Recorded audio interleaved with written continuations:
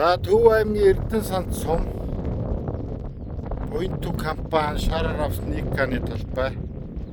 Өнөөдөр 2026 оны 6 сарын 27-ны өдөр бид нар яг энэ 7 хоногийн өмнө гэрвцээд шавжны эсрэг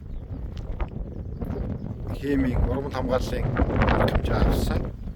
Одоогийн байдлаар соёолтууд одоо жигдрээд Арабс маань ерөнхийдөө ийм ургалттай болсон байна.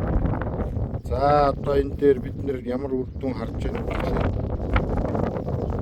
Хог ургамлыг хортон шавж яасныг харъя. Одоо ингээд Арабсны маань их дийддэг ийм зохнууд бүрэн устсан байна.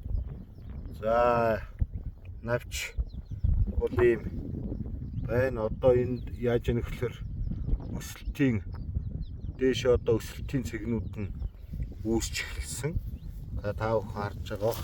Нэг Арабс бол одоо ингээд 1 2 ингээ 3 навчтай одоо энэ ингэж өсөлтийн цэгнээс нэлээ ингэж явсан байна. За одоо энэ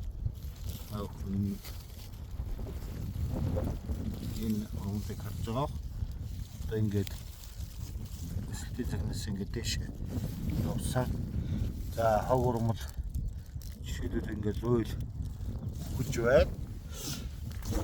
Энэ бас ингээд зөөл хүчсэн. За ингээд бас жоохон бас соёодоод сүүлийн борооноос ийм Арабс маань соёолоод эхэлсэн байна. Бүр ихнийх нь хүн бүр харж байгаа бүр бондол төртөл одоо үүсч эхэлж байгаа энэ байна. Тийм учраас бид нэр одоо ер нь бол нэг дахиад 7 хоногийн дараагийнхаа арга хэмжээ буюу бас бордоо хий агро минерал алистик гэж бордоо хий. Сая бол ургамал хамгааллын арга хэмжээ авахдаа бид нар бас агро минерал алистик 2 литрээр гад хийсэн. За энэ тав харж байгаа бах одоо үйтэн одоо ингээд өгч байна. Энд бол бид нэр Canon гэж бодис хийсэн. За энэ лойлуудыг харж байгаа бах бүгд тэр өгч байна. Лойлд бол мегалит гэж колибрилит декларанта бодис хийсэн. За энэ ерөнхийдөө ингээд ямар ч байсан сүүл гарч ирсэн ч байсан Арабс боломжгүй болж байгаа.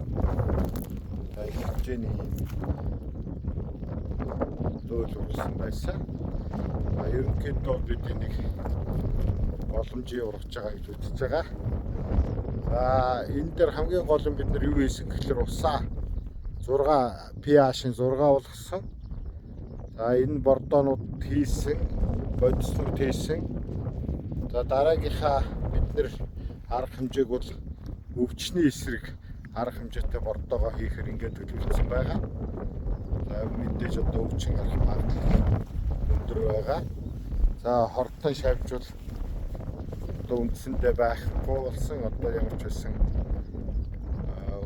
иш өндөрсөд бодол дүүсгэл одоо ийм бодис байх.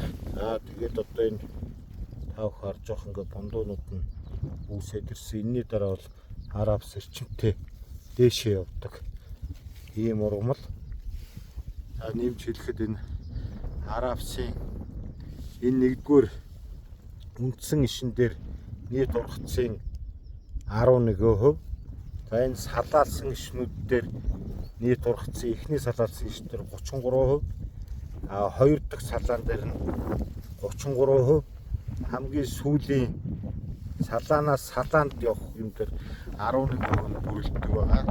Энэ бүхэн тав Арабстай хоолт хичээлийг сайн өгөх юм бол бас ургац авах өндөр магадaltaй шүү. Энэ бол улаан буудаан гуурсан тарьсан ийм байна.